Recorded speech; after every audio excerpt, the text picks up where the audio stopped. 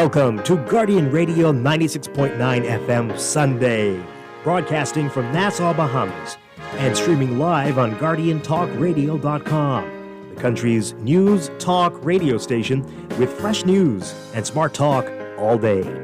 Our Sunday lineup begins with The Political Review with Quincy Parker, live at 4 p.m. by Let's Talk Together in English with Lady T, live at 6 p.m.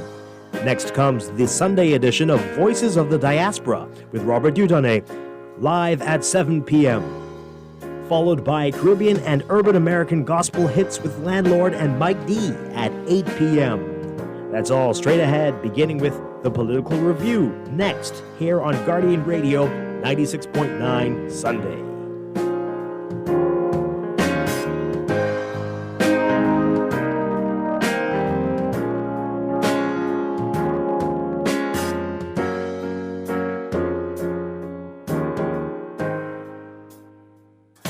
The views and opinions of the hosts and guests are their own and do not necessarily reflect the position of the management and staff of Guardian Network.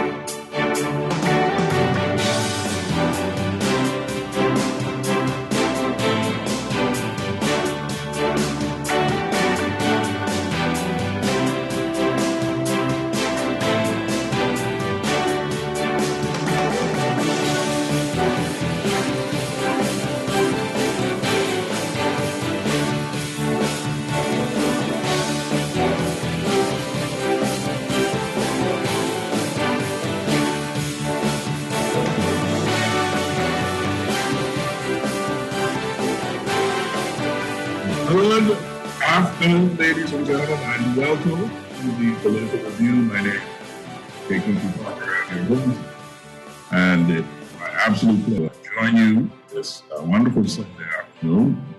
It's sunny. The rain has finally stopped.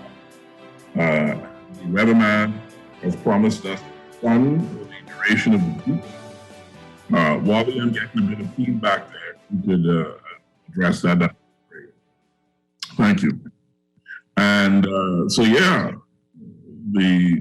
absolute lakes and rivers that have sprung up around New Providence have finally started to dissipate. And of course, every time this happens, we start to ask ourselves questions about public works. Things like, why don't the drains work?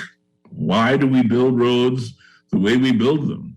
Why is it that a sustained rain leaves our streets destroyed and devastated? What is it about the way we do roadworks that is so sacred that no change or improvement has been seen in the 49 years that we've been an independent country? These questions just happen to be pertinent whenever the rain comes. And given that we live in the hurricane belt, ladies and gentlemen, and that our summers are full of rain, this is an annual set of questions that for 49 years, as an independent nation, we've been asking every year.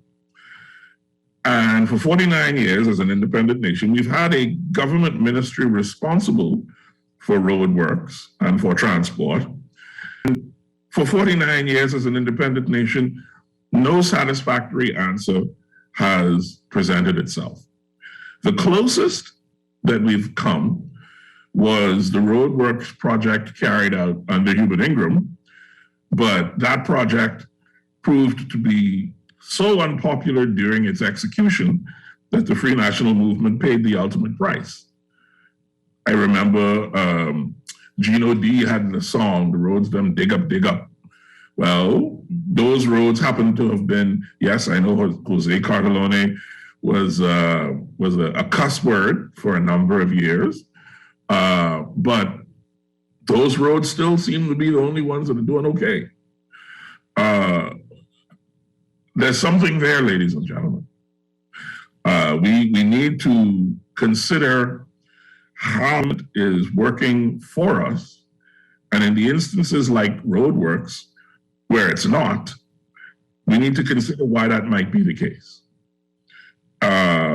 Before I welcome our guest, my thoughts on this run to the slavish adherence that our politicians have to the goose that laid the golden egg.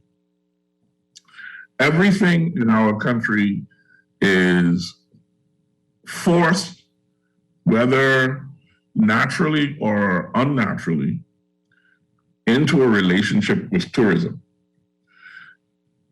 We do tourism like a desperate man with no other options, with no real resources. Tourism is the only thing we can do, and we can only do it the way we're doing it now.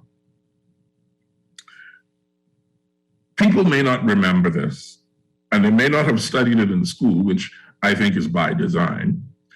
But the Bahamas, prior to the Stafford Sands tourism model, had a different economy. Tourism was a seasonal endeavor engaged in during the hot summer months. We were considered at that point to be the playground of the rich and famous. They came here in the summers and had a wonderful time. And then we decided that we wanted to have a year-round tourism industry because we have sun, sand, and sea year-round. And we changed, which means that the exports that we were engaged in the early 30s, 40s, and 50s, including citrus exports, timber exports, and so on and so forth, all those things just dried up and went away. The manufacturing that the small scale manufacturing that we were doing, the fact that people could make a living as fishermen, as farmers, as whatever have you, all that went away because every ounce of effort from the political directorate went into how are we going to exploit those long green dollars, as they used to call them, from tourism. Things that have suffered at the altar of tourism include the vast majority of people graduating from our high schools, whether public or private, are practically illiterate and innumerate and have no sense of how to get on in the real world because they're not taught anything that approaches the skills that you need to live. They don't know how to manage their finances. They know nothing about the history of this country. They don't understand what it means to be a Bahamian. They don't have any sense of why being a Bahamian is special.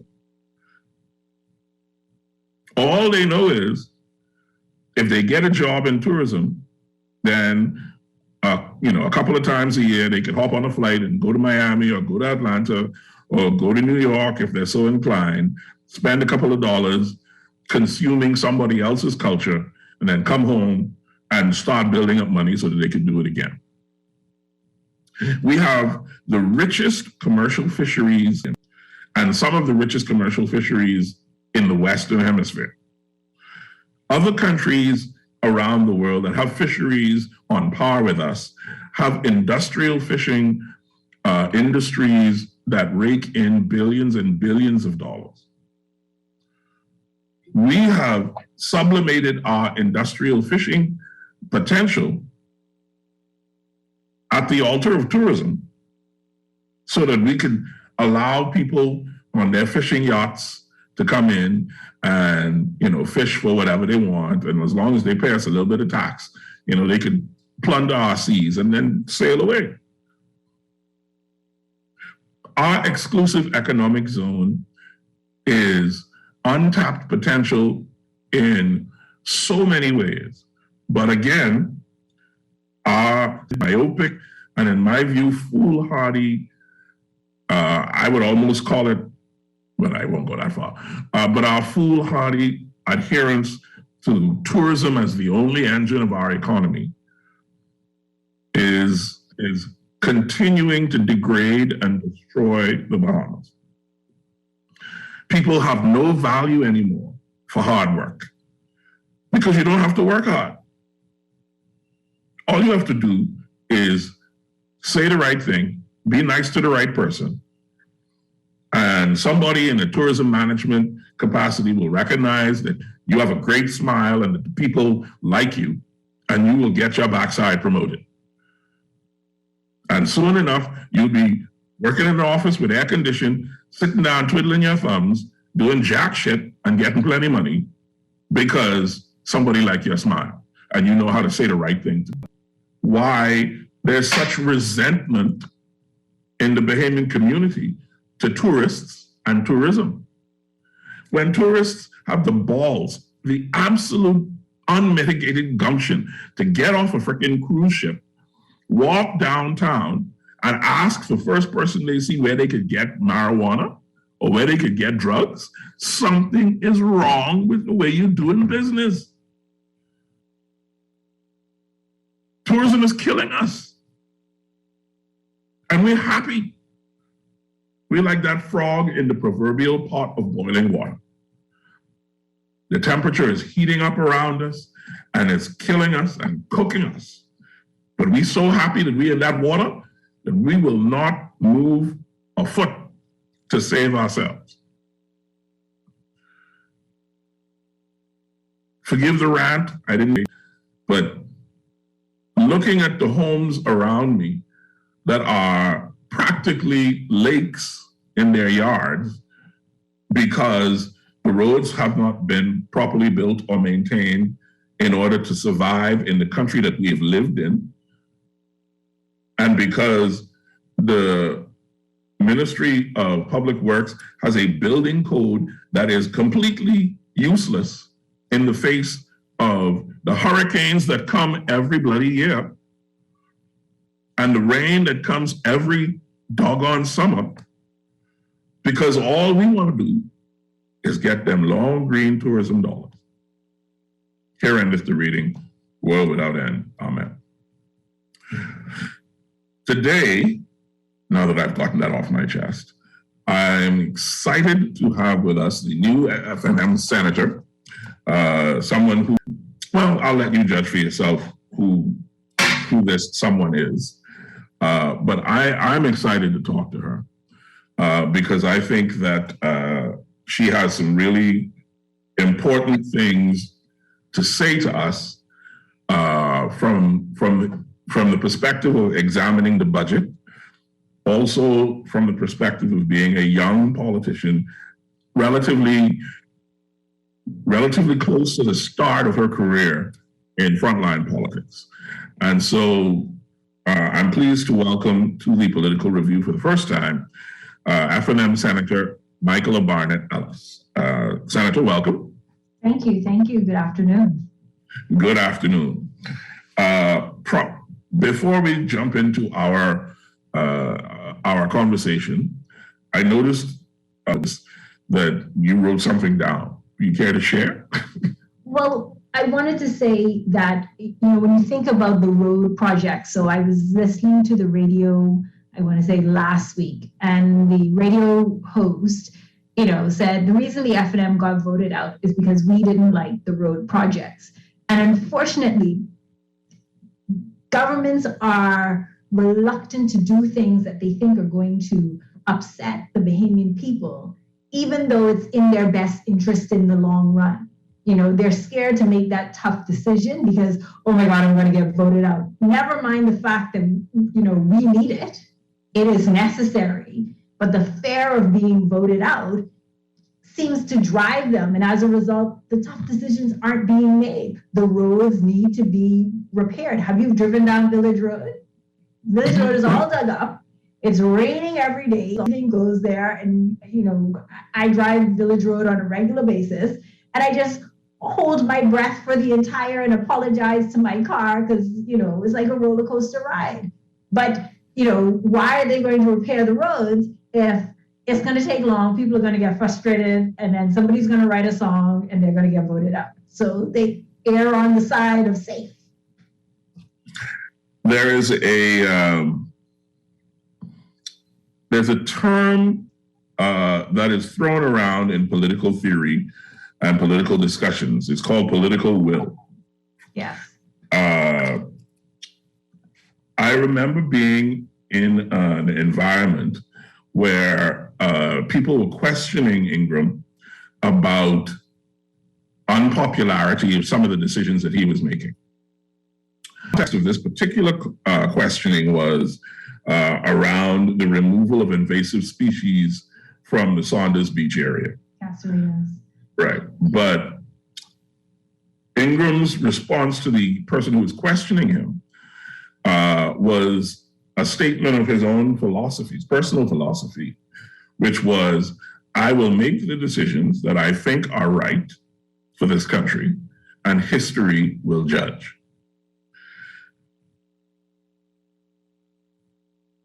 I think that we have a serious issue of a lack of political will at the head of our government infrastructure. I remember thinking to myself in 2014, 13 and 14, when the Christie administration was evaluating the introduction of, very quietly in 2013 and then publicly in 2014, when they went on a sales tour for the tax. The immediate assumption was, if you implement the tax, you're going to get voted out. And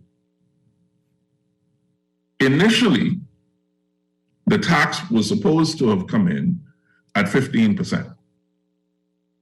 Because all of the research that had been done and all of the studies that had been done showed that 15% was the minimum amount of a value-added tax that would make sense for the economy of the Bahamas and that would return or generate the kind of tax returns that would make introducing the tax in the first place a positive. Faced with the potential backlash of a political loss, Mr. Christie decided that he would introduce the tax, but only at half of the 15% that was recommended. He still paid the price at the polls for introducing the tax in the first place.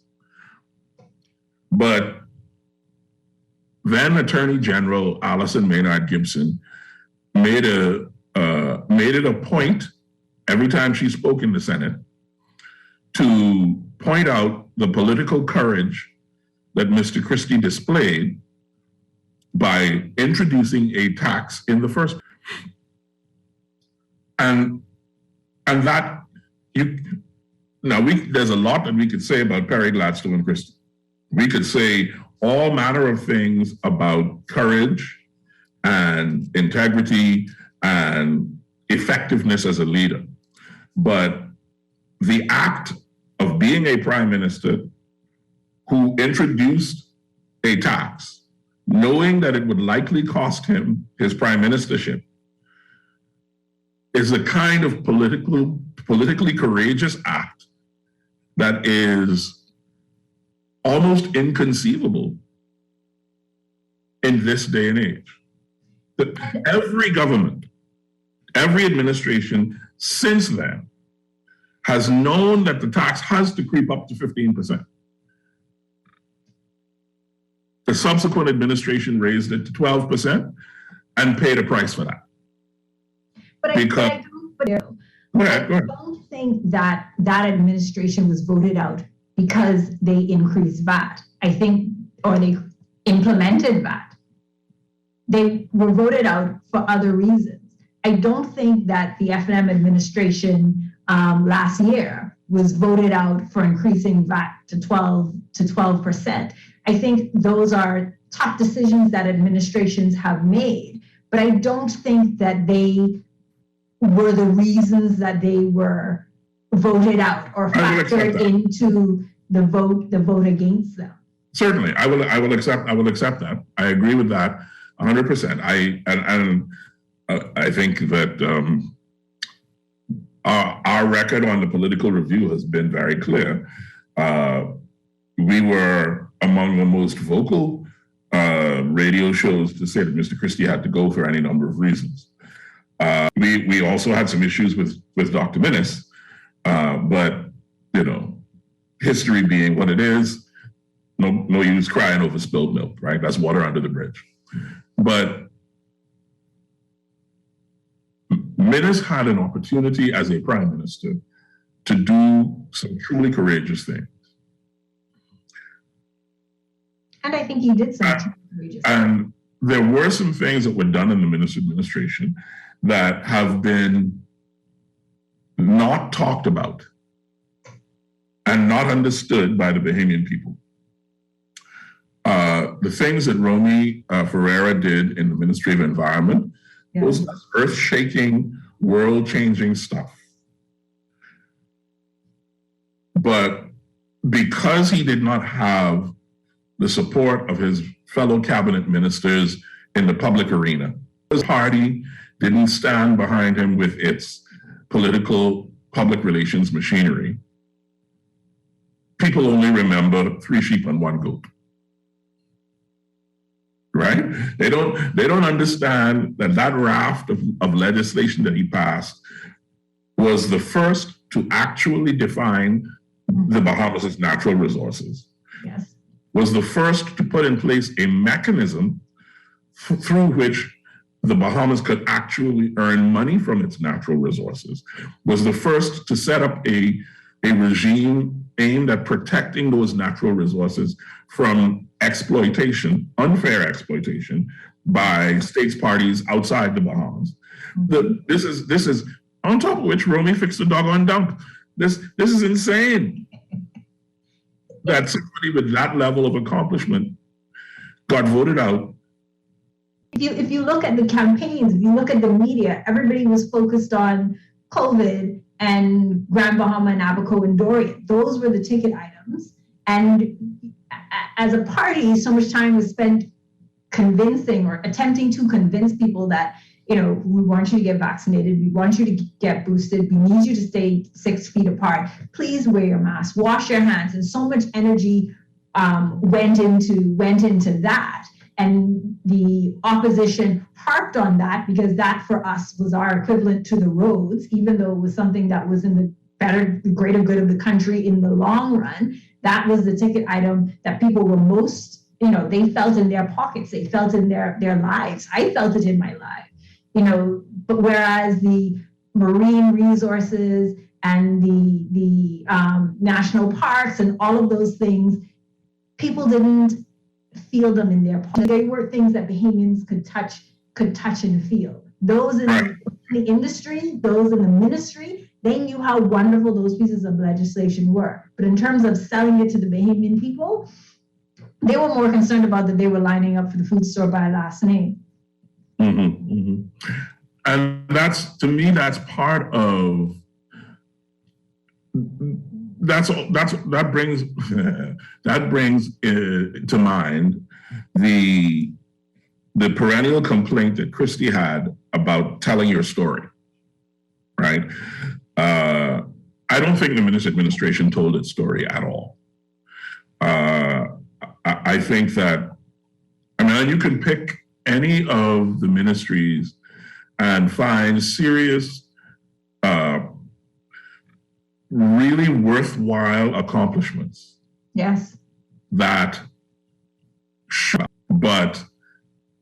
were shunted aside because COVID-19, Hurricane Dorian.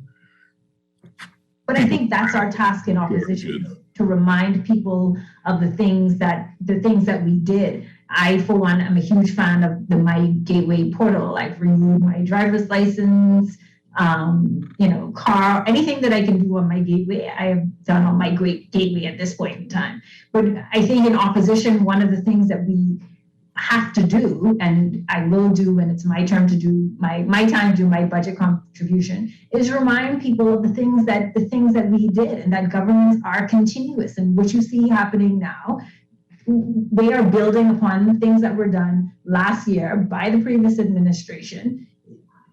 You know, we have to tell our story, and telling your story of government doesn't mean that we don't tell our story. We continue to tell our story. This is part of our legacy as a party. And so we have to, we have to continue saying it. We have to continue educating and reminding people that, we are the party for Bahamians. I haven't opened the text lines yet, but somebody sent me something on Facebook. I mean, not Facebook, sorry, WhatsApp, that I think I have to read. This one says, "Boys, stop talking foolishness on this radio. Menace was garbage and needed to be sent to the dump. He deceived the people and he deceived the people of the Bahamas and his own party and surrounded all the ministries and departments with his demented minions."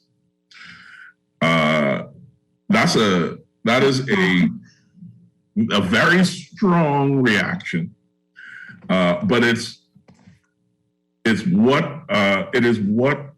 I think the FNM that we have to change that, but the only way we can change that is through education and telling our story. Yeah. So let's get back to you, Michaela Barnett Ellis. Why are you a senator? I'm a senator because it is an opportunity to have the conversations that need to be had. It's an opportunity to have somebody with a credible voice tell our story, tell our party's story, tell the last administration's story, and tell the story as to where we want to be, where we want to go. There's a thing that happens in opposition politics that I worry about for any number of reasons, and for people who I think have real potential to contribute to the national discussion and to national development. And this thing is, and to me, it's epitomized by somebody like Aunt Glennis, right? Glennis Hannah Martin, the MP for Anglerston, currently Minister of Education, Science and Technology, right? There's hardly that Glennis is on her feet in the House that she's not talking about what we did when we were in office.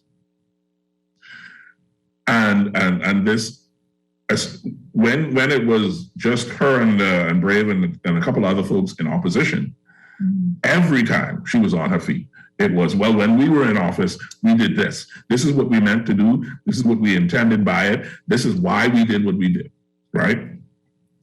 And after a while, the public can't hear that anymore. The public says, why are you constantly looking backwards? Why are you still talking about the past? The past is over. The people voted, they made their decisions.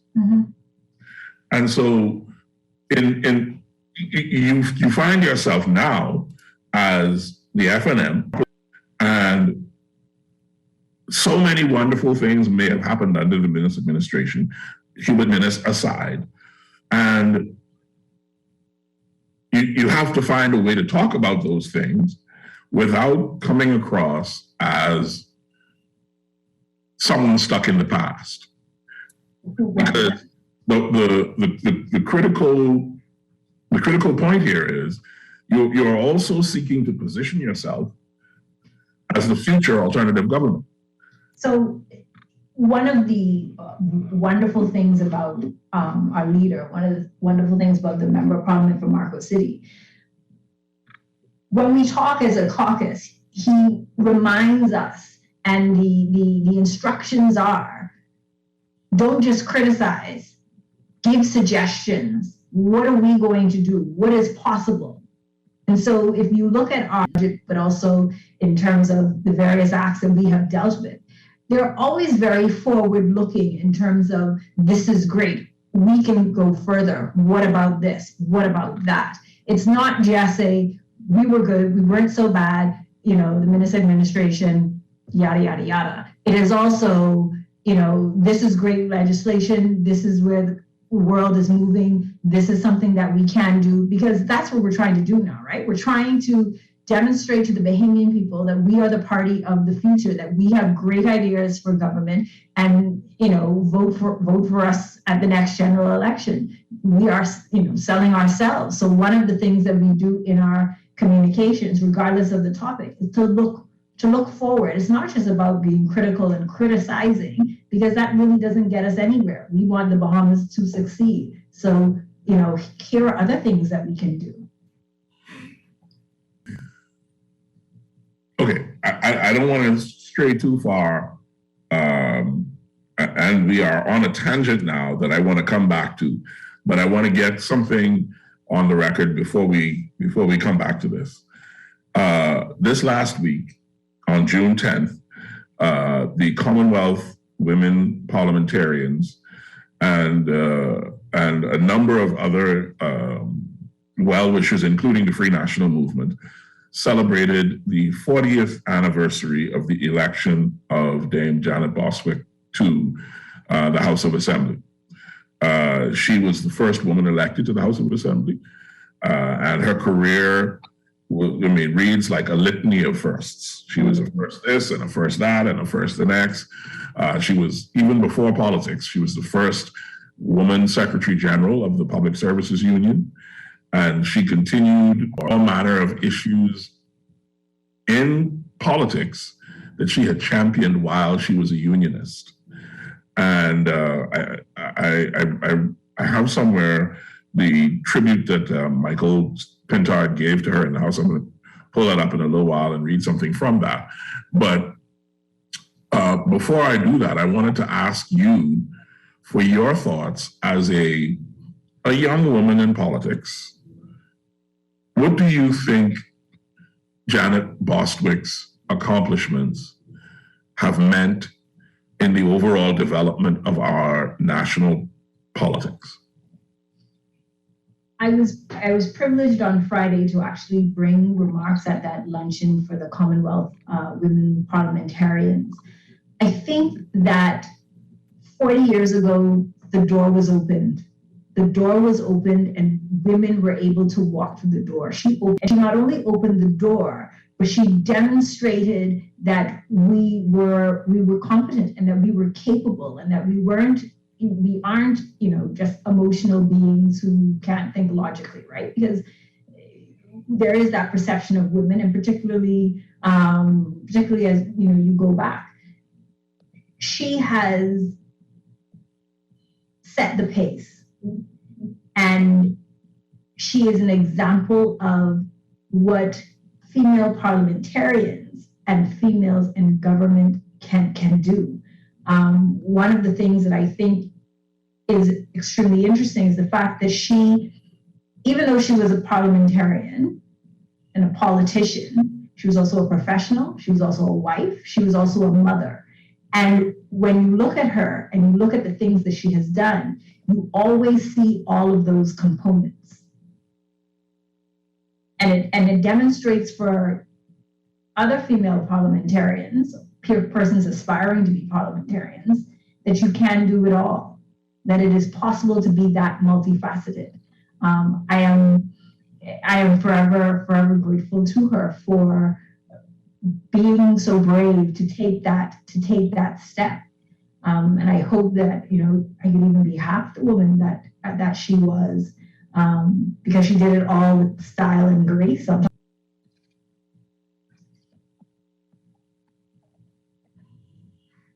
Yeah. It was a great just by way of wanting to. Yeah, I'm sure it was.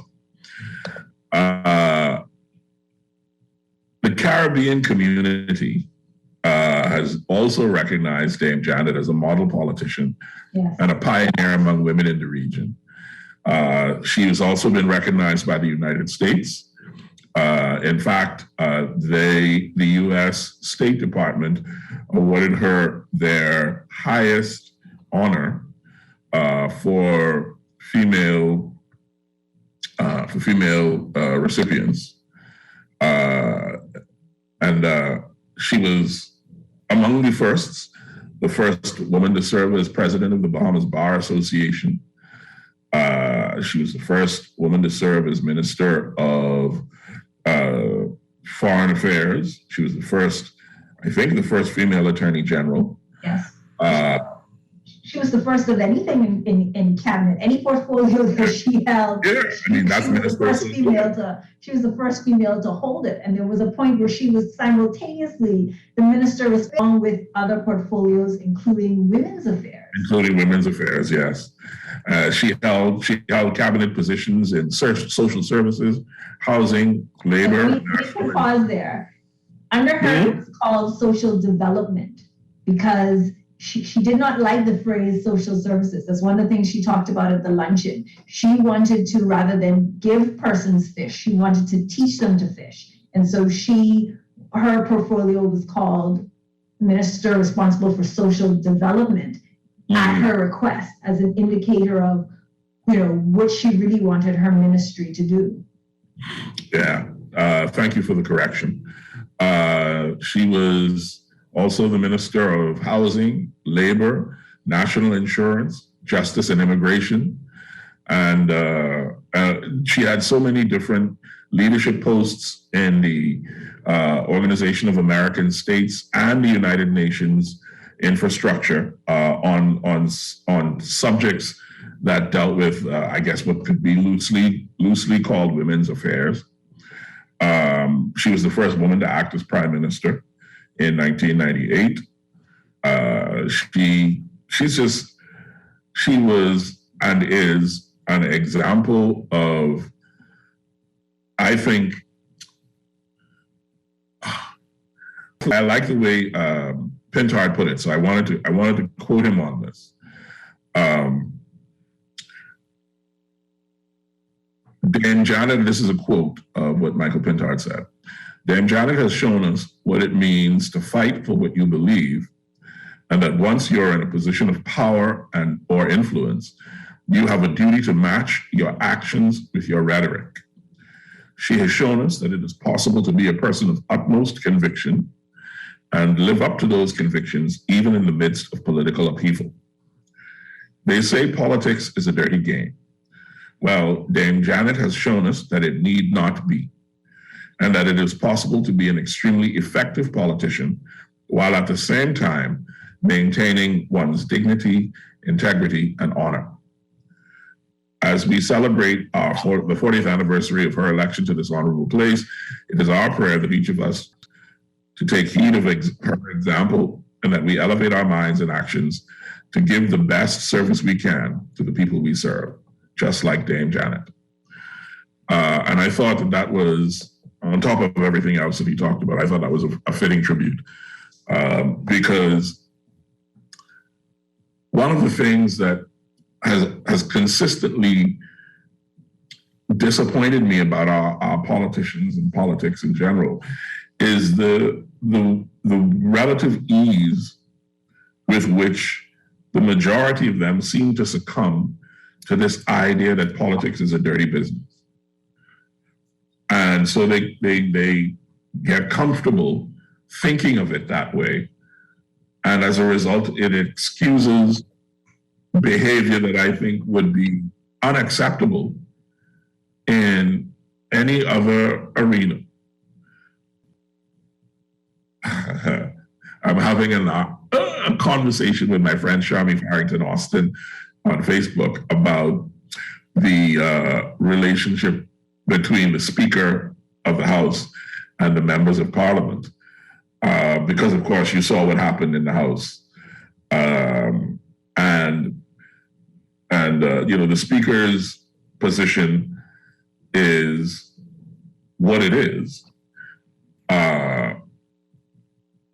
The manner in which she fulfills that role is a signature, I think, of her character, her personality, and how she views the world. The position of Speaker has a very distinctive role. But if you look through the history, one that characterizes or has been characterized by the nature of the person occupying the chair. And there are some who were taken aback by the manner in which the speaker dealt with Mr. White, Mr. Pintard, the Free National Movement. I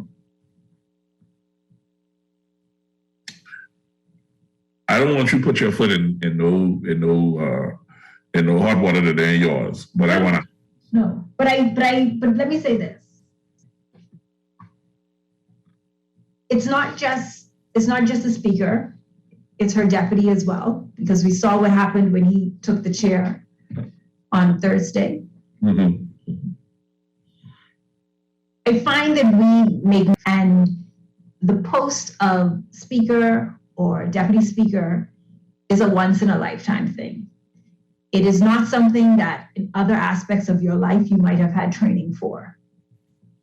And if you think about what happens in terms of there's an election, then we have the opening of Parliament, and then that person, whoever they may be, is thrust into that role without necessarily the benefit of any guidance or training. And if we think of other posts and other professions, there is an element of training and guidance that happens beforehand.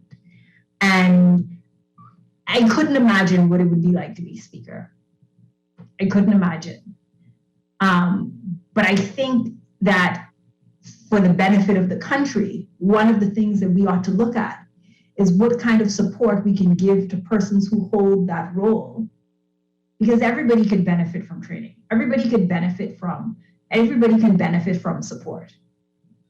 And so, it has been very contentious in the House of Assembly. Sometimes it's been painful to watch.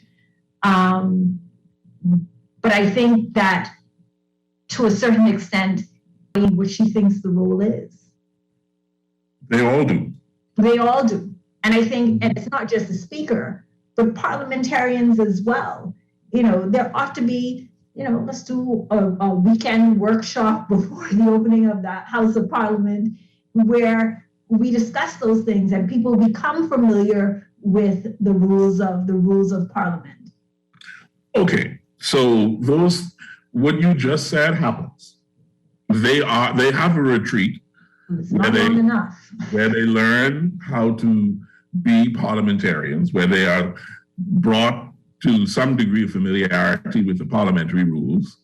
As you say, maybe there's some attempt made. And I think you're let me rephrase. I know David Forbes and the staff of the House of Assembly well. Yes, and they are phenomenal. Let me say, they are. Mr. Forbes, he gives guidance, and they are, Ms. Lightbourne, Mr. Flowers, they are phenomenal. So there is, when I hear you talk about support, and I have to say that I don't believe there is any lack of support for the speaker. Ken Major was the speaker in the last administration. He took advantage of so many different educational opportunities. So those opportunities are there. It is not as if the speaker is flying blind. She has the benefit of very experienced support who go back decades. She has the experience of, she has the benefit of a cadre of experienced speakers of the House throughout the Commonwealth on which she can draw. She has the experience of the CARICOM speakers of the Houses of Assembly on which she can draw. So I don't think that she has, frankly speaking, the excuse in order to justify what I think was clearly partisan behavior. The speaker is supposed to be nonpartisan. We know that that's a political impossibility. But there's a way to get things done. And in my view, she's sowing seeds that will lead to a relationship between herself and the members of parliament. Because when she turns that temper on somebody in the PLP, it's not going to be pretty. And there's a level of contentiousness that will, it reminds you of Holly Moultrie. Holly he started off with this idea that he would be, the best Speaker of the House that there ever was, that he would learn everything he needed to learn, but he would keep the House on the straight and narrow, and this, that, and the next. And the minute he had a political falling out with Minnis and crew, he became a problem for the entire House, to such an extent that he tried to hold his own House of Assembly meetings in Rawson Square. What kind of absolute nonsense is this? My concern is that the current Speaker doesn't even have 2 years, 3 years of sitting in the chair behind her, and she's already at the place where she's standing up yelling at people. I think that this is a perfect moment for Mr. Forbes and crew and for the Prime Minister to have conversations with the Speaker about this is not your house.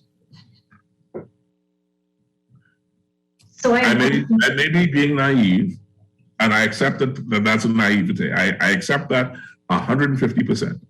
But I still say, as an idealist, that something has to happen. So I'm with you as an idealist. But we do not see a pattern of, particularly the PLP, reining in its members when they act out of pocket. Or if there is a reining in, we don't see a change. We don't generally see a change in behavior. One of the things they used to say about the former Prime Minister is, he was asking for resignations left, right, and center. You don't see that on the other side. Because there have been incidents where cabinet ministers have gotten out of pocket, and the Prime Minister has more or less appeared to excuse their behavior or justify their behavior. Whereas I think, and I could be naive, but I don't see anything wrong in saying, what, they really shouldn't have said that. I've had a word with them. I apologize to the Bahamian people, to err as human, and we're gonna move along, and we're not gonna do it again. Because I think they get more bad press when they don't do anything, and then the story is, well, he didn't do anything, or he perfectly excused that. And worse, the cabinet minister repeats the behavior. But you don't see that in the Progressive Liberal Party. You just don't. That's not their. I think that yes, there's definitely a way to talk to the Speaker and provide her with guidance. I think she took the post thinking that she would be the best Speaker that the Bahamas has ever had as well. I don't think she set out to go there and be destructive. And so, somebody needs to have a quiet word. I also know that we as Bahamians, we don't necessarily like to be offer constructive criticism. Nobody wants to have that awkward conversation. Look at when we do job evals and things like that. Nobody wants to say, well, you could really do better. People don't take criticism well, and often people shy away from it. So I genuinely wished her the best of luck and wish them the best of luck to be brave and have that conversation, because it needs to be, it needs to be had. Just simply as a woman, I and it must be very hard for her. And as a woman, I don't like to see another woman receiving that type of coverage. But somebody has to be brave enough to have that conversation with her. Yeah. I am just worried that she is sowing seeds that she will. I mean, you reap what you sow. Yes. You sow courtesy, and you reap courtesy. But when you sow what she's sowing now, the harvest is not going to be pleasant. Okay, so Janet Bostwick is a shining light. She's not perfect. Nobody is.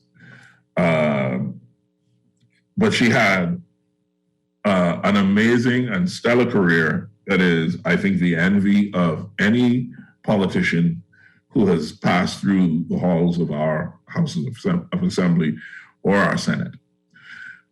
She has set an incredible bar for people who want to aspire to the top of the game, man or woman. I think that in celebrating her, I want to tear away a little bit. As important as it is that she is a woman and has set all of these firsts and set this bar so high for women politicians, I don't want to lose the opportunity to say that men politicians should be aspiring to the same level of accomplishment, the same level of dedication and excellence that Dame Janet represents. Agreed. She's not an example for women. She's an example for all of us. Agreed. And I want to say that very clearly, because our misogynist society is prone to putting women's accomplishments in a little bag and then patting somebody on the head and saying good job, and then consequence really happen. But the reality is Janet Bostwick was a superstar, and she was responsible for some of the most important legislation in the Ingram administration coming to the House and being passed. And that record is something that any politician should be aspiring to.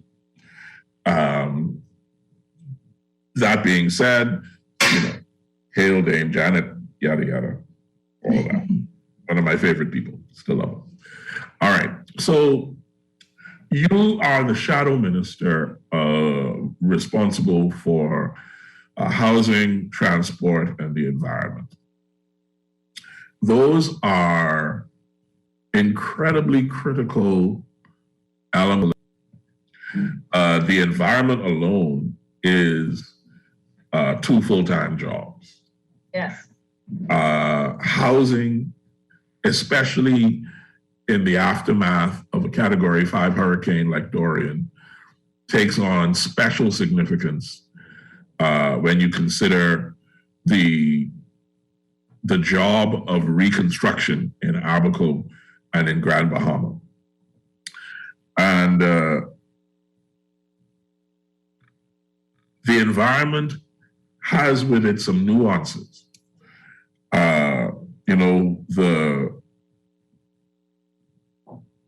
Yes, there's the natural resources side of it, but there's also the industrial side of it, right? There is ensuring that the built environment does not do any damage to the green environment. So it's the interplay between, I think they call it the brown environment and the green environment. And then there's the blue environment. What are we doing about protecting and exploiting sustainably the natural resources that exist in our oceans? And so you have a gigantic portfolio as a shadow minister. Yes. And before we get to specifics, I wanted to ask how you see your job as a shadow minister with respect to those very important elements of the governing party's platform? I see my job as twofold. I think it is, like I said with other matters, not simply holding their feet to the fire and making sure that things are done properly and in accordance with the law, but also thinking about how we can expand it and how we can do it better. Because, like I said, we all want the Bahamas to succeed. If we fail, we all fail. This is not a let's fail for 5 years and then bring the F&M in so we can succeed for 5. No, we want to be and so I have embarked on research so that I can remain current in terms of what's going on in these areas, not just in the Bahamas, but globally. And one of the interesting things that I've realized is actually there are lots of ways in which environment and housing and transport even just connect. And so I'm finding a lot of incidents of overlap. For example, where we build, that's both an environmental issue and a housing issue. I don't want to preempt my budget contribution too much, but there are also areas in which, when we talk about transportation, they also have an impact on the environment. We're at a time when, everything really can be connected to the environment. And as we see storms change and the weather change, I think these last few weeks of rain and flooding as the Bahamas, or at least for me, I felt particularly vulnerable because at any good day, we could have a bad thunderstorm and have parts of the island cut off because of flooding. And so what was an issue that, 10, 15 years down the road, we thought might possibly happen. Actually, it's amazing. It's more than just, blowing the drains and building roads properly, but it's also how we build houses and what we do about drainage. And are we filling swampland forever and ever? Because the water needs someplace to go. Mm-hmm, mm-hmm. And it's the thing about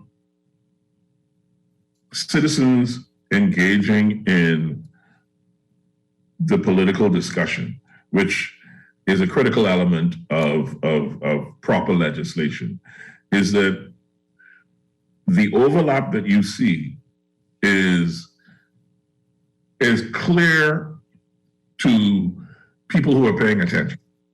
It isn't, where you build has both environmental and housing implications, but it also has implications for public transport. Yes. Right? Because if you build a new subdivision off the bus routes, mm-hmm. How are people who don't have cars going to get to work? Yes. And then you're going to have to change the bus routes. And then if you change the bus routes, how are you adjusting every route to accommodate the new one, right?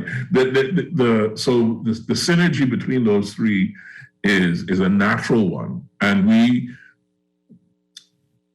as a committee, continue to be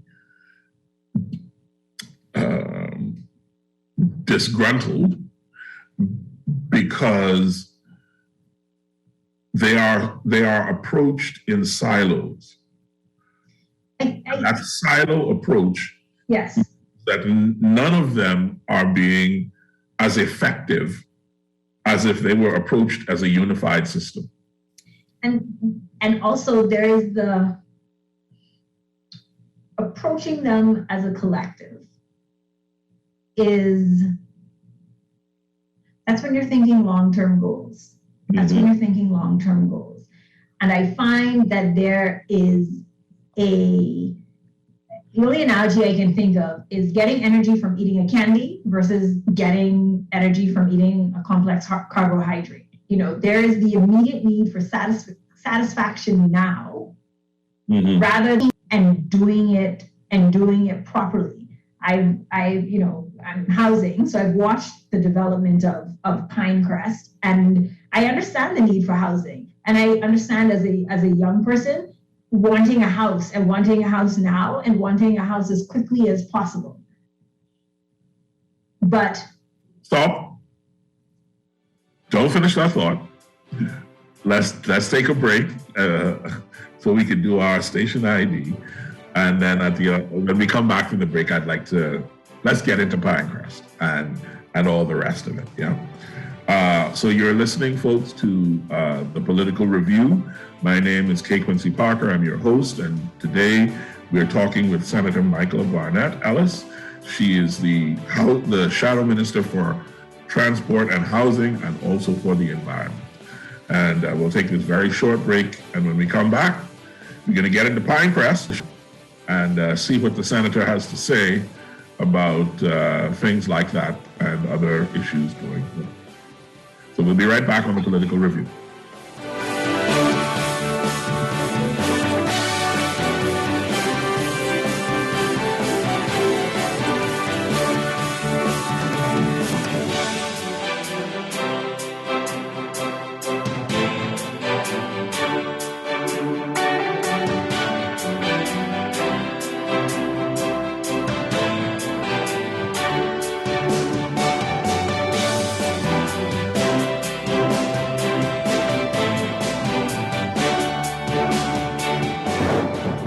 Preparing for a hurricane can make all the difference in safeguarding lives. By knowing what actions you should take to reduce the effects of hurricane disaster, get all the facts of the potential of having insurance, impact-resistant windows, home emergency protectors, essential supplies, plus so much more before the storm, after the storm, where to purchase building or cleaning supplies, waste disposal, medical care, which auto shop to go to after driving through flooded streets, and more.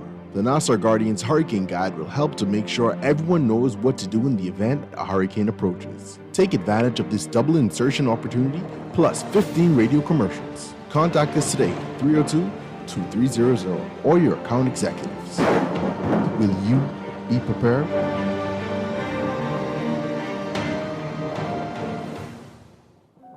Loss of family members is very isolating, and people who have experienced loss appreciate when others have shared their grief. If you can't be there in person, go to the Nassau Guardian's website online at thenassauguardian.com and visit our obituary link. The Nassau Guardian's interactive obituary link allows you to read the funeral announcement, express condolences, or place photos on the online guest book. Losing a loved one is painful, but that pain isn't the worst thing to happen.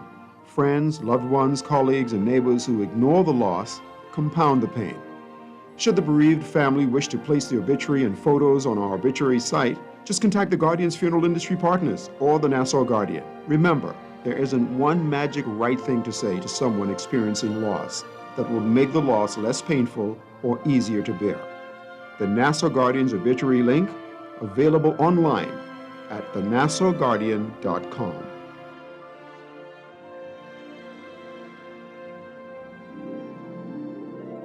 Beulah gal, can you believe this? We are now the patrol queens of the neighborhood. We now large and in charge. So we need to check out what's going on in everybody's yard. What about that gun that we know that Junior and his homeboys just ran out? Can we report that too? Of course we can. But we could be in deep trouble if they find out. We need to report what we see. Crime Stoppers, they just answer your call in Miami. So then we can report everything?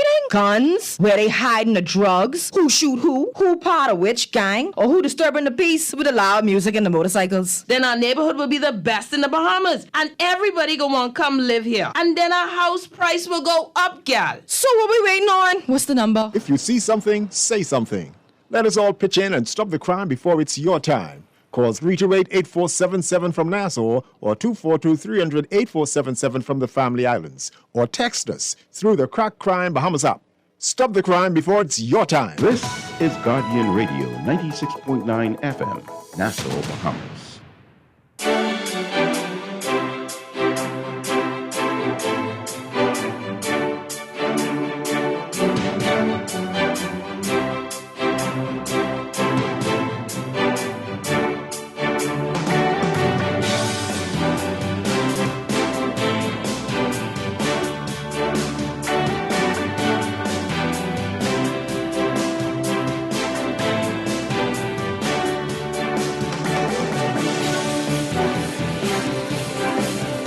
Welcome back, ladies and gentlemen, to the Political Review. I am your host, Quincy Parker. Today we're talking with Michaela Barnett Ellis, Senator, and the Housing Transport and Environment Shadow Minister for the Free National Movement. She is raring to go. She's jumped in with both feet. She's studying, building up her knowledge and expertise in the area. She is a lawyer in good standing and with a great reputation.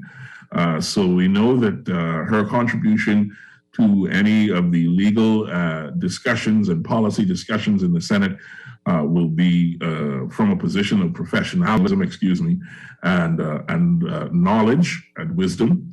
We expect great things, but right now we're going to talk about Pinecrest and government housing, and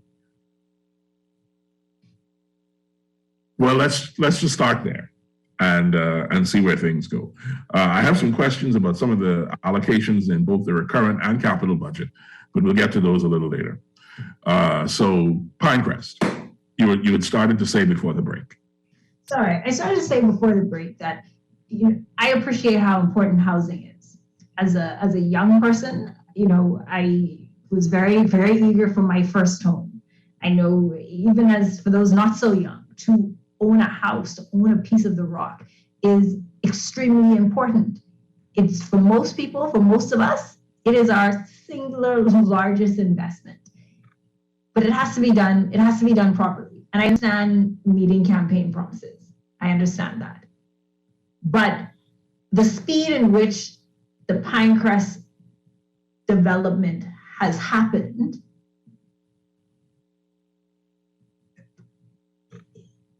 it causes me to pause. It causes me to pause because A, no private developer can do it that fast.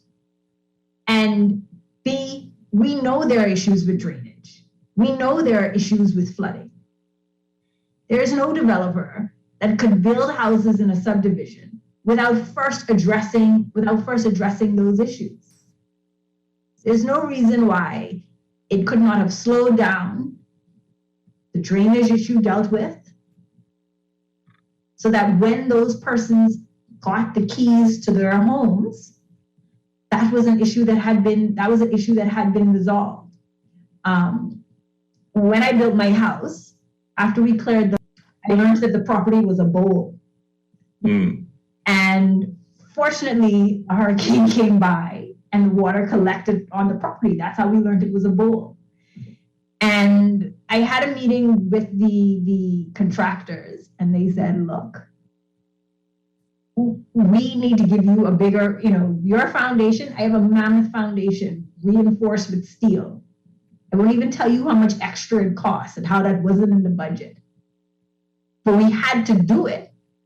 Otherwise, my house would be sitting in a puddle. These are long-term investments.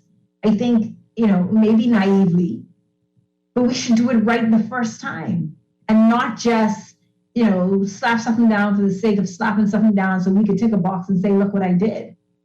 I think as a government, it's duty to the behavior. And I would think that it's also not in their best interest to do a subdivision which in a few years' time is going, has the risk of being an embarrassment. I congratulate those persons who've gotten keys to Pinecrest. Congratulations, owning a piece of the rock is a significant accomplishment. But it needs to be done properly. It needs to be done properly. And what is it that is fueling your concern that it has not been done properly? The fact that we have heard the Ministry of Works say that they are working on the drainage. First of all, I know how subdivisions go. I know the process for developing a subdivision. I know about the checks and balances and the government approvals that you make. And the reason that we are at that place with all of those approvals is because unfortunately, there have been many developers, particularly private developers, who have partitioned land, said that they're going to create a subdivision, and really just divide it up, sell some lots and don't put any infrastructure, And it then becomes the responsibility of the government to go behind them and fix these problems. So that's why we have such a rigid and complex subdivision approval process. Because the key is, or the purpose is, let's get it right in the beginning. So when Mrs. Smith buys her house, 5 years from now, she doesn't have this burden because things weren't done right. And that's not her fault. Go ahead. There was there was a list of documents that the leader of the opposition, Michael Pintard, had mentioned that were not tabled Yes. in the House of Assembly, Yes. connected with this particular development. Yes. Things like a topography report and environmental impact assessment. Yeah. Right. Have these things been tabled as yet? No, they haven't been tabled. And I want to say they are not required to be tabled. If you look at the act, it puts the burden on the subdivision developer that if they think that it is necessary, then they need to go in and get these certain things. Right? Mm-hmm. It sounds to me that the government has taken the view that they weren't necessary, and also that they don't have an obligation to do them. In the Senate, there was a drainage, or what was purported to be a drainage plan tabled. Since that, the Ministry of Works, in a press conference, indicated that they were still working on the drainage issues and the types of drains and wells that would be used to deal with the flooding issues. Mm-hmm. Where so Pinecrest is. Yeah. That's for folks who don't know, where is Pinecrest? So Pinecrest is on the southern end of East Street, behind where the police station and the school. The way I direct people is if you make a left at the light by the gas station and the police station, it's the first right, and then you drive back there. Right. Yeah. Which is prone to a certain level.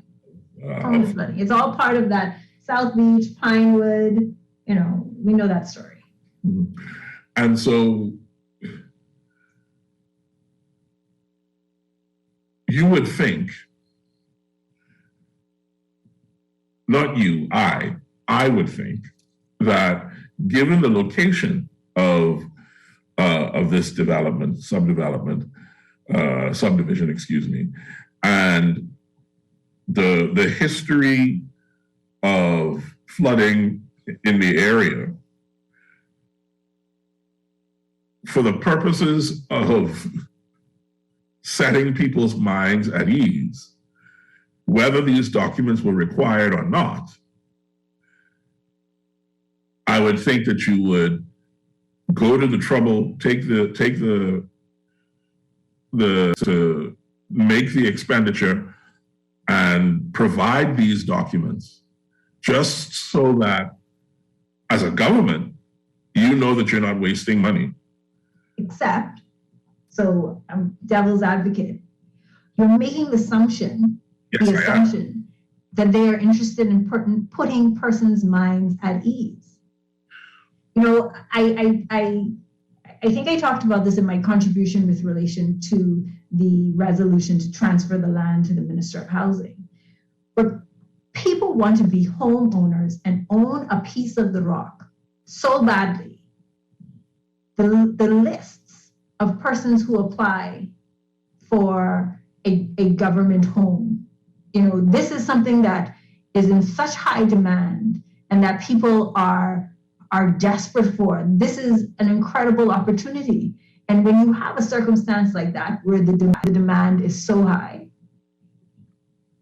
one can argue that you can sort of get away without doing that extra step, because people are going to buy regardless of whether you have the EIA or not.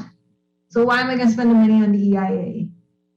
And look, I took a promise in my blueprint. And I can have the fanfare and everybody can think that I'm a wonderful, wonderful government. Except by not doing the EIA, not presenting these documents, and it isn't about presenting documents. I don't care about presenting documents. Mm-hmm. What it's about is doing the work that the documents entail. Correct. Right? So I would imagine that if I am going to stake that very important tick on my blueprint, if I'm going to put that at risk, I'm going to make sure that before I tick that, I've done everything I can do to make sure that that tick doesn't get erased. So now when we talked about short-term goals and long-term goals. It's hurricane season, Senator Barnett Ellis. It is. Which means that before the end of January, they are going to be tested. Obviously, we hope not. No, they're going to be tested. They are going to be tested. And if it doesn't come this year, they get 5 years for it to come. It's a risk. It is a significant risk. It is a significant risk. That can be mitigated by simply doing the work, table the documents to say, hey, we did this work. We are confident that we've solved the problems. Because the people who are going to buy these houses, those thousands or hundreds of people who are on those lists that you're talking about, are spending money, hard-earned money, that they have bled, sweated, and cried for. And if you, as a government, promise me when you give me my key that this is a place that I can raise my family, that I can live, that this is my piece of the rock, the minute I see water coming up on the ground and coming up and it ain't stopping, and then when I look, it's 2 feet of water in my house, and then when I look, all of my electrical appliances need to be replaced, and then when I look, it's 3 feet of water in my house, and all the wiring needs to be replaced because all of the sockets are on the ground, and they're now all flooded, and so water is in the electricity wiring. And that means BPL got to come and rewire my whole house. Well, not BPL, but somebody. It's not wrong to see that you need to be able to, for your own benefit as a government, I would think, to head those problems off at the pass, to make sure those things never come to play. I agree. I am a single mother and a homeowner, and I wholeheartedly agree, because if something goes wrong with this house, that's not cheap. Foundation problems because of the constant intrusion of water, that's an issue. Yeah. And they ought to have tabled these documents, had the public consultation,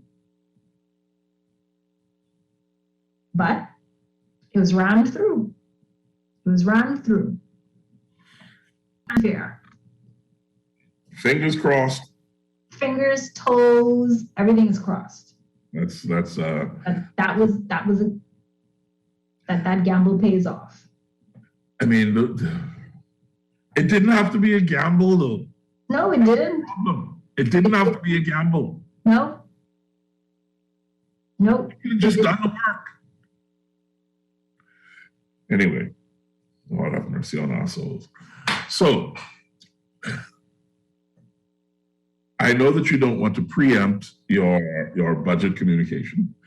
So I will simply make some observations, and you are free to respond as you see fit. In the recurrent budget, under wages and salaries, in transport and housing, yes, there is a significant jump in the salary for contract line item. It goes from $66,000 in 21-22 to $210,000 in 22-23. The Department of Housing shows another significant jump in the same area, which is salary for contract workers, going up from $61,000 to $415,000. Mm-hmm.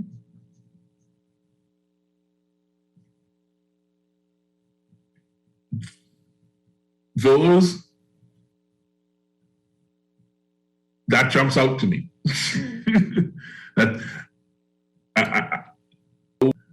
what that says. Let me rephrase. If you can speak to it without, again, preempting yourself, what does that say? Let me address it from 40,000 feet. To me, that says we have a problem, because either those ministries need additional staff, because the amounts that are allocated for regular salaries are more or less unchanged. Correct. So what are these new consultants for? Not only what are they for, but why are we not hiring, for lack of a better word, regular persons into the public solution for the development of that ministry?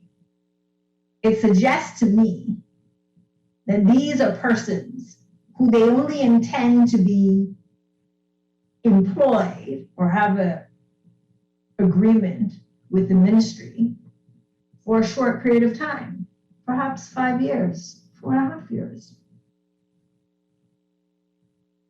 We have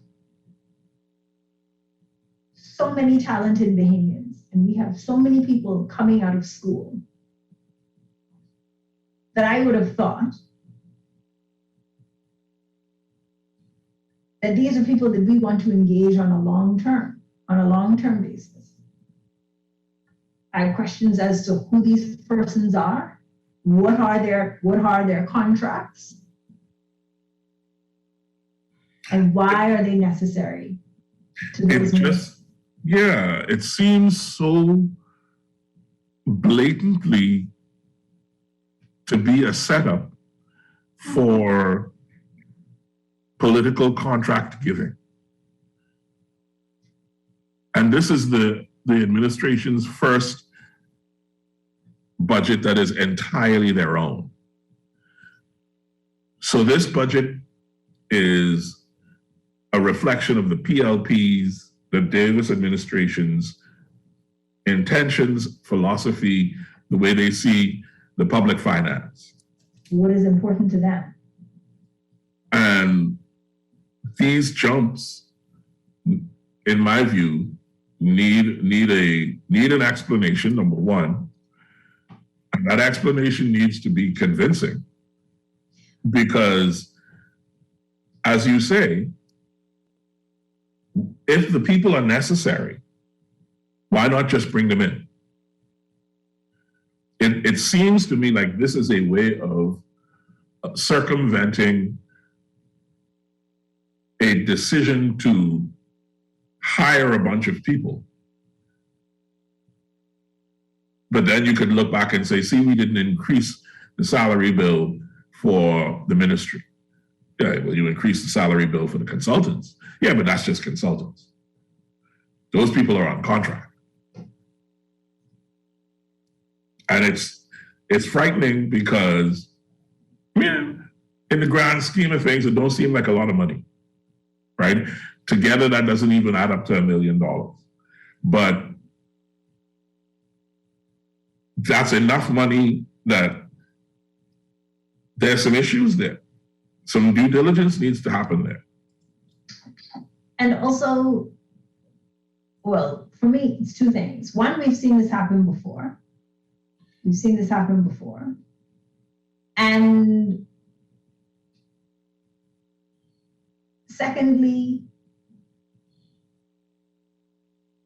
their midterm projection, their midterm strategy, which, I can see that it straddled administrations, so it may not have been entirely theirs.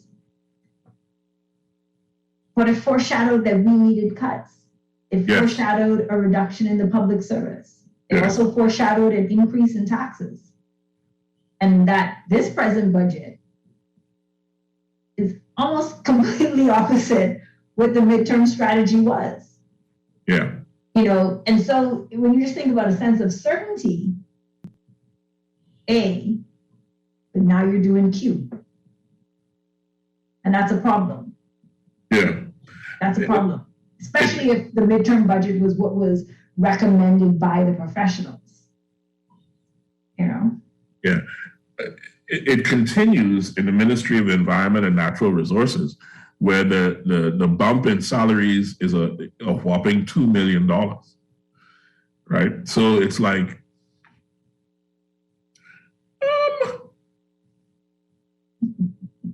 that seems to go against what you've been preaching. Are you reducing the number of people but increasing their salaries so that it comes to a $2 million increase? I don't think so. Because I ain't see nobody partying in the streets and they get no raise. Right? So what is this $2 million bump in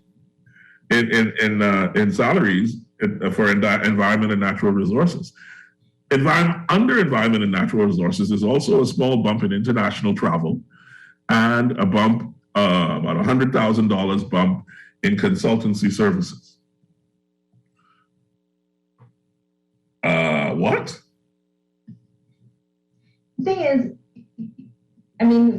we have not yet had the contribution for the Minister for the Environment. We haven't yet heard his contribution. But you believe that there's something he can say that would justify that foolishness? I look forward to it. No, well, it ought to. I don't know if you've looked at the pattern of the contributions, but they actually really have not spoken to the numbers and explained any places. Yeah. No, I heard Alfred Sears give a list of contracts awarded and values for those contracts. I see that look on your face, Senator Allen. Keeping in mind that this is an audio medium. Yes. Would you please translate that look into words? I think not enough was said. Mm-hmm. I think not enough was said. And I hope that the Minister for the Environment gives an explanation as to these increases, as well as the Minister responsible for housing and transport. I hope that they do.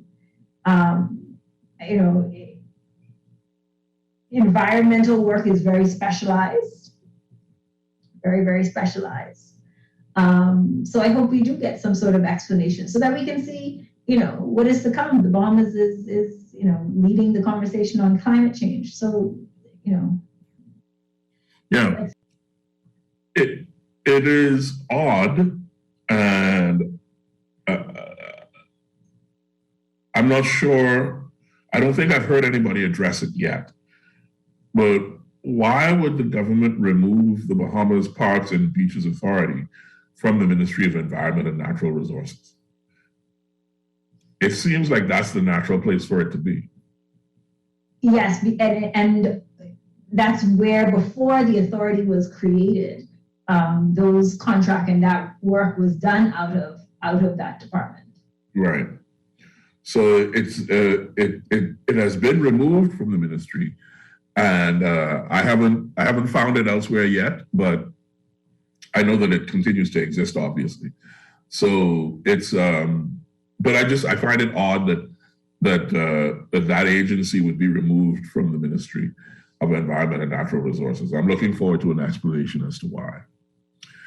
Another point that I made, I discovered in the recurrent budget, and I don't know if this is necessarily outside of your purview, given that you're the shadow minister for environment, I don't know if the Department of Emergency Preparedness and Response comes under your remit.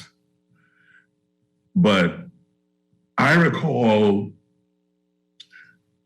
a litany of complaints about how this was just make work for Hiram Lewis, or how this wasn't a real ministry, or how this wasn't a real department, or whatever the case may be. Mm-hmm. But for all of those complaints, this administration has boosted the budget to that department by $5 million. You know, one of the things that I have said several times, it's amazing what happens when you're in opposition and all of a sudden you come into government and, you know, you can see clearly now. And that often the position that persons take in opposition is entirely opposite from the position they take in government. The fact of the matter is, you know, climate change and natural disasters are here to stay. And we need to, in a very real way, deal with them. Because it is not, you know, as much as we would really like Dorian to be a once-off thing, the odds are it isn't. And the catastrophic damage that arose out of that, we need a dedicated ministry so that we can prepare and do what needs to be done so that we can survive, and I really mean the word survive, natural disasters in the Bahamas. It is not something that can be simply tacked onto somebody else's budget as some small department. Mm-hmm. Yeah, it's,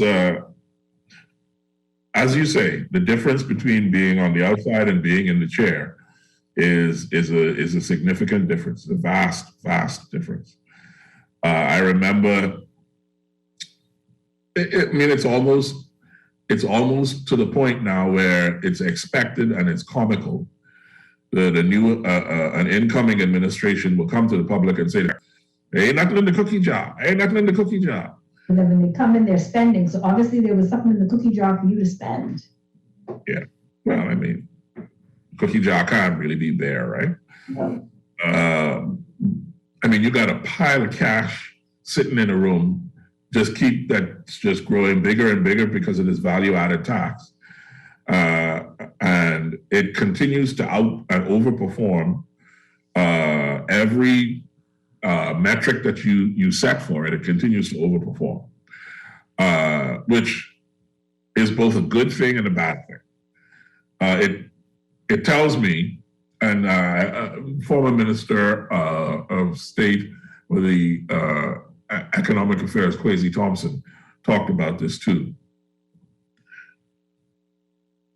The economy is recovering, rebounding. Things are looking up.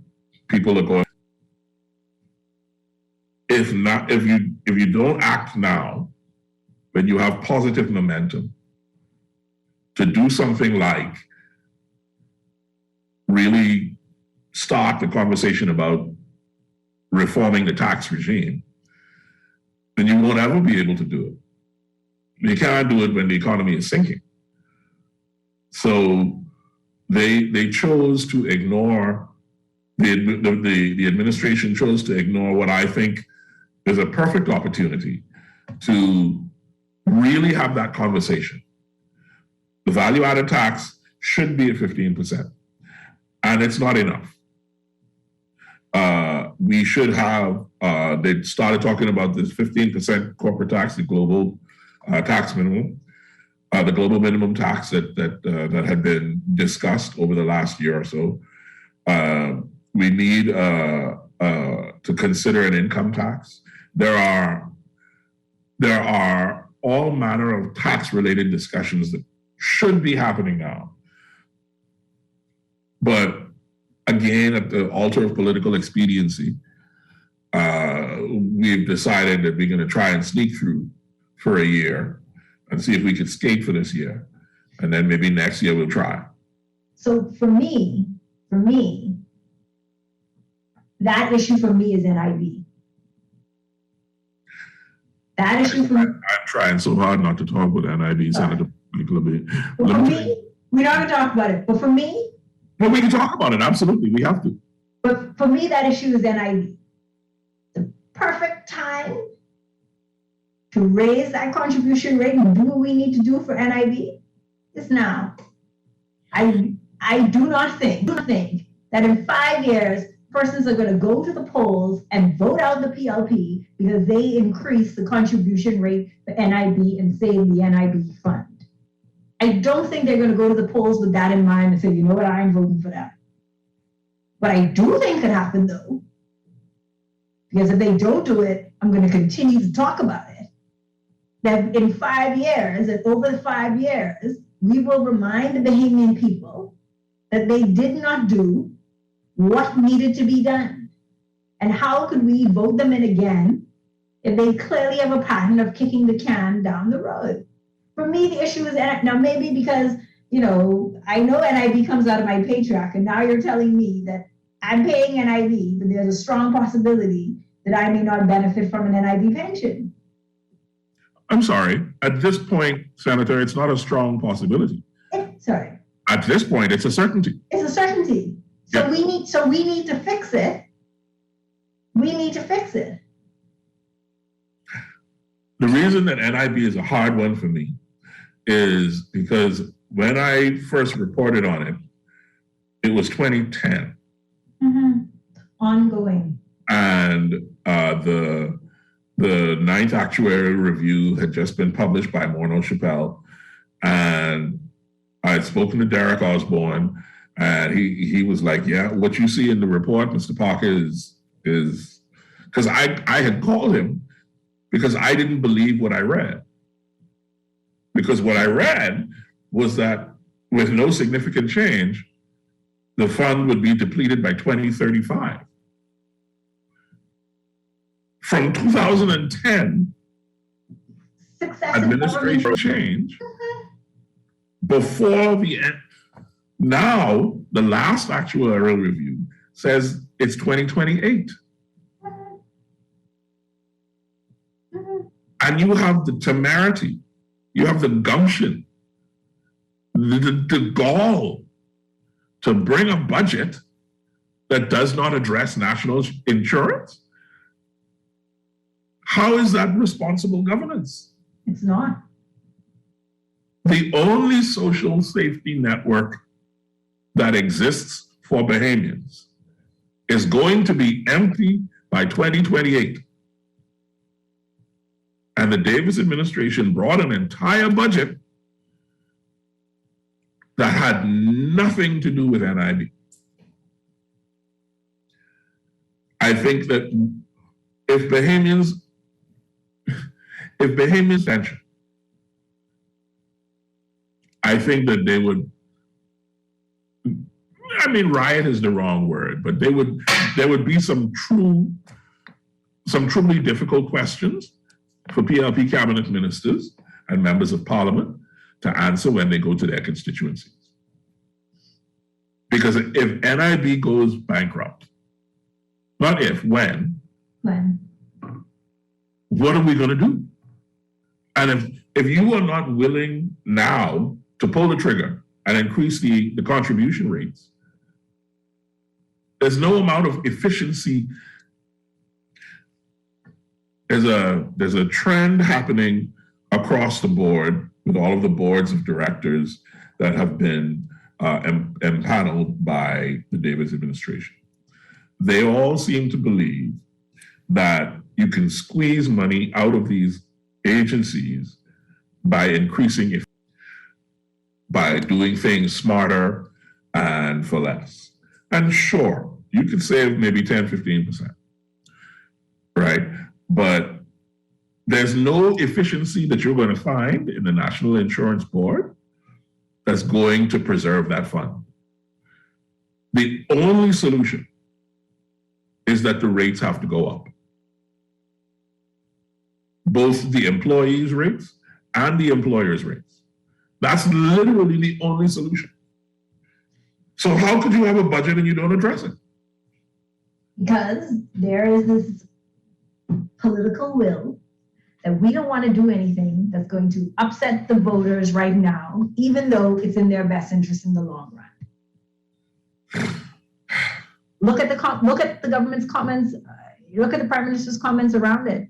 We know that, it's hard. Food is expensive. Gas is expensive. You cannot take another cut to your salary. You cannot take salary.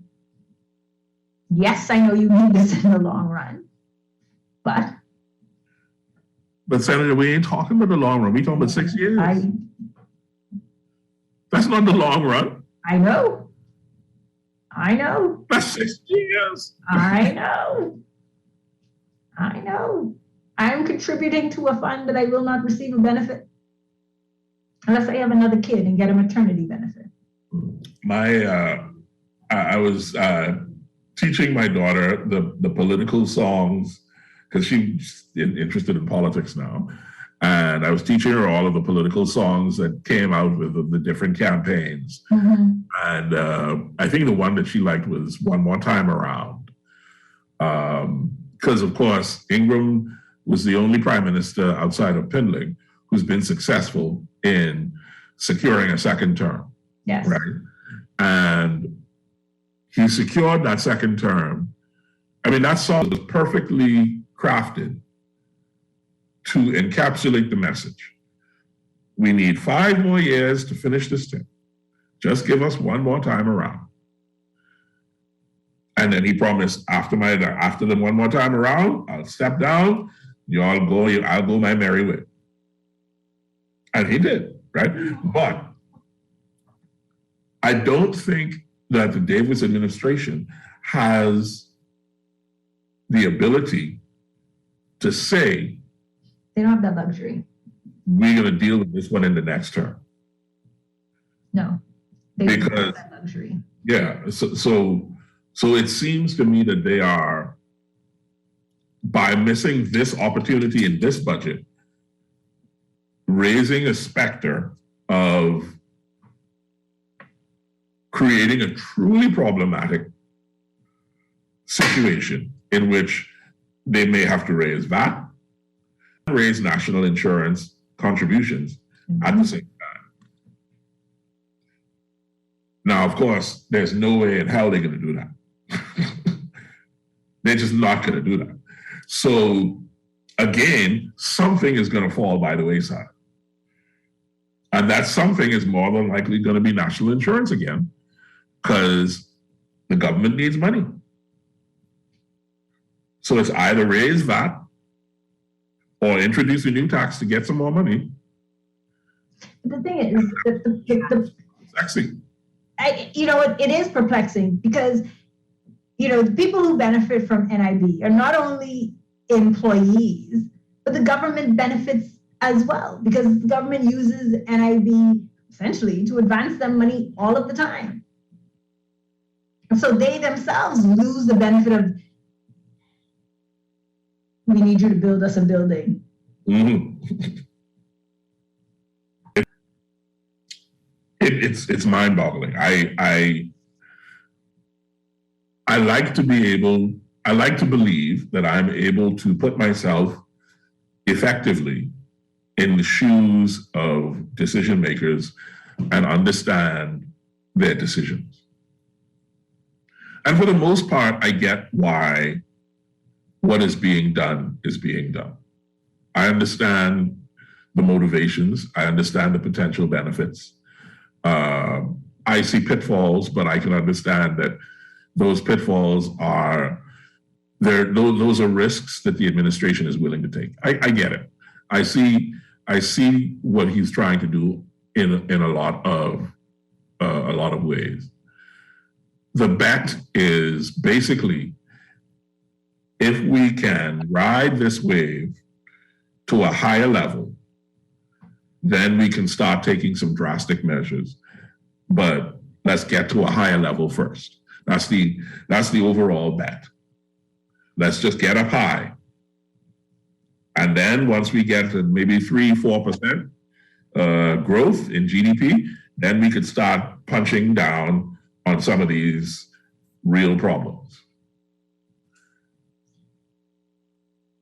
My only concern is that I don't think that is as secure as the administration believes it is. But even international organizations, when they have given their reports, are not even that optimistic. Yeah. It's not. And listen, the IMF is the IMF, right? They have a business model that is predicated on, do what we say, and we'll give you money at seemingly concessionary rates, but it's a loan, and you still got to pay it back with interest over a certain amount of time. So the multilaterals are businesses. They are not friends. They are not saviors. Moody's is an investor service. Moody's is not interested in the Bahamas' best interest. Moody's is serving the investment community. They're not serving us, right? So they don't have a dog in our race. Their job is to comment as cleanly, as blatantly, as clearly, as objectively as they can, so that investors know what the risk is of dealing with the Bahamas' debt. So yes, I accept the international agencies and their commentary, but they're on our run, right? So for my money, we should be paying more attention to what John Roll is saying at the central bank. And who's in charge of the SEC? I can't remember now. Is that Christina? Is it Christina Roll? Yeah. Right. Our internal prestidigitators, our internal prognosticators, the people who are sitting in Bahamian agencies whose job is to put on the binoculars and look down the road and say, we need to do this, and this to prepare. And Mono Chappelle, just to wrap up the NIS, to serve our interests. And their recommendations are based on our terms of reference that we provided. So they are only telling us when we ask them to tell us. So you can't ignore them because you ain't like what they say.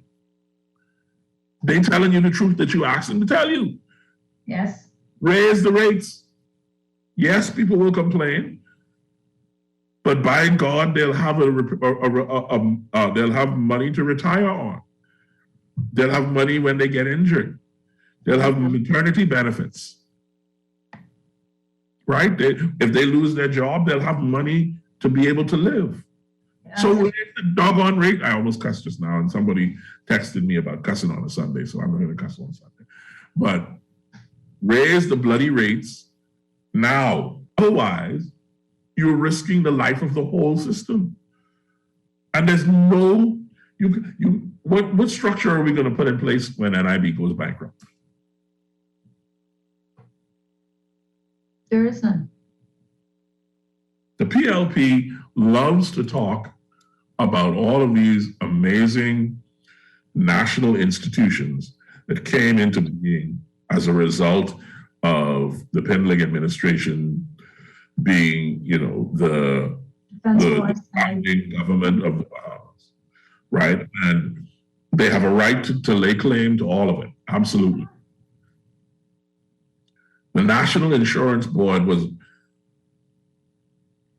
revolutionary.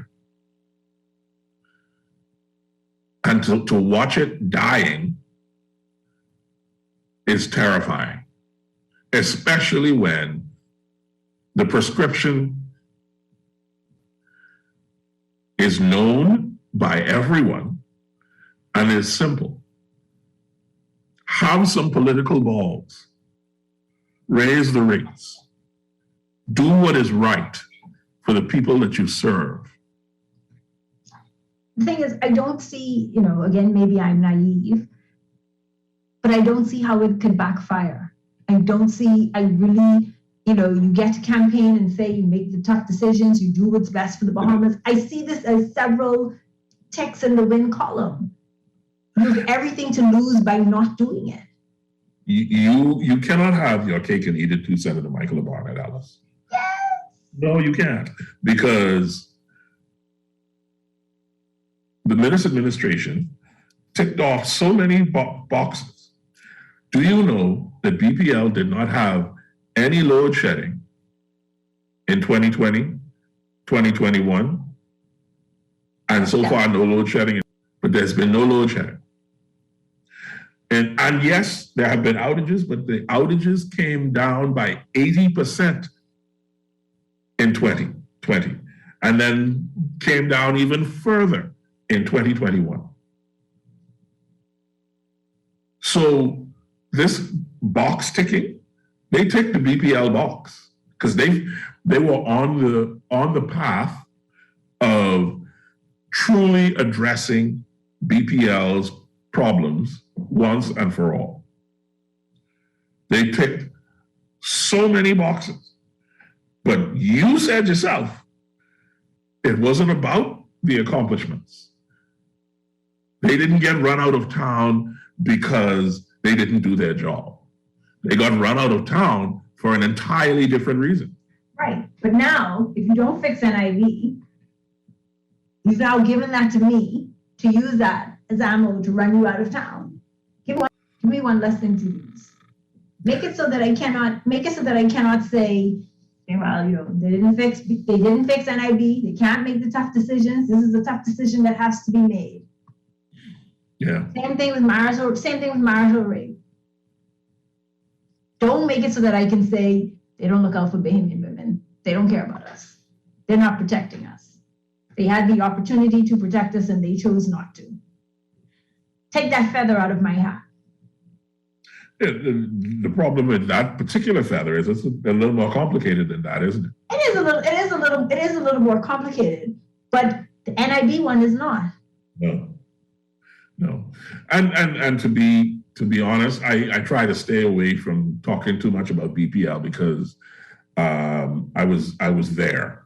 Mm-hmm. And so I feel often like I have a bias to declare. But I was surprised that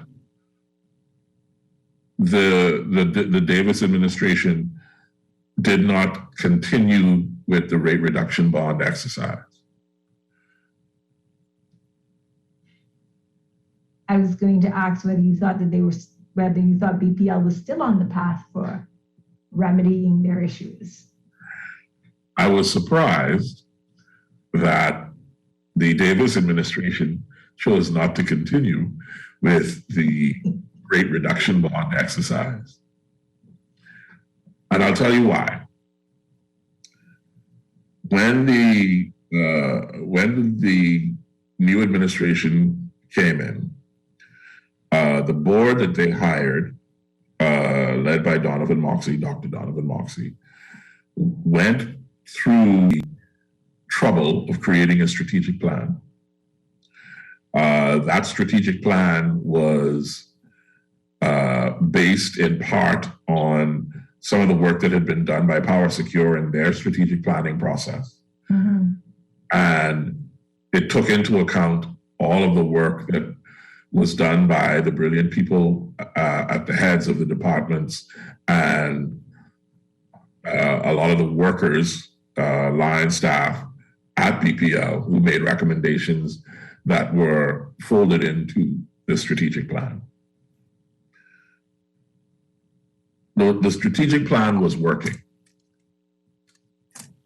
The only flaw in the strategic plan was that it required the government to subsidize or partner with BPL to get the rate reduction bond.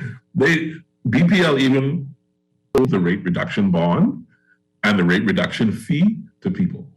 People were ready to pay the rate reduction fee if it meant reliable power. Mm-hmm. The Davis administration seems to have chosen to go in a different direction, which is odd given that the rate reduction bond was his idea. So there endeth the reading on that. All a mystery. I've said what I had to say about that. Senator Michael Barnett Ellis, you are about to deliver your first budget communication. Yes. Are you full of trepidation or are you full of excitement? It is honestly a mixture of both. It is honestly a mixture of both. There's so much that I want to say. And so, it is a significant and will be the most significant contribution that I would have made in the Senate to date. And when is your contribution? Well, at this point, it looks like the Senate will start its budget debate on the 20th of June, which is a Monday. And so hopefully I'll be on the first day. Okay. All right. Well, we'll be listening. And we'll have our pen and paper to be grading you and judging to make sure that you stand up to all of these high praises that surround you. So you better do well. No pressure. Thank you very much, Senator, for your time and energy on this wonderful Sunday afternoon. For having me. And if you have a last word, I'm happy to give you the floor. I do have a last word. It's more of a shout out. And I just want to say happy birthday to my Uncle Russell Barnett. Happy birthday, Uncle Russell. Happy birthday, Uncle Russell. And that's going to do it for us today, folks, here at the Political Review. And we'll see you next Sunday. God bless. Thanks again, Senator. Thank you.